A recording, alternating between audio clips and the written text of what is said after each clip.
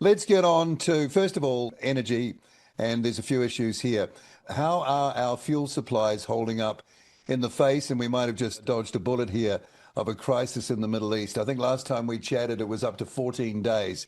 When the diesel runs out, people will take to the streets. What is our planning? What is our resilience?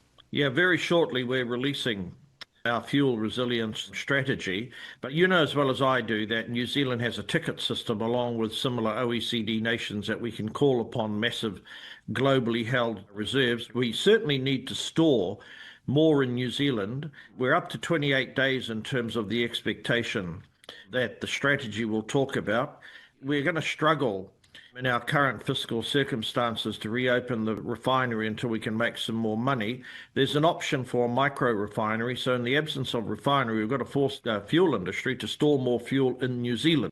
So we could put an emergency kind of refining infrastructure in place to deal with an emergency situation. Is that what you're saying?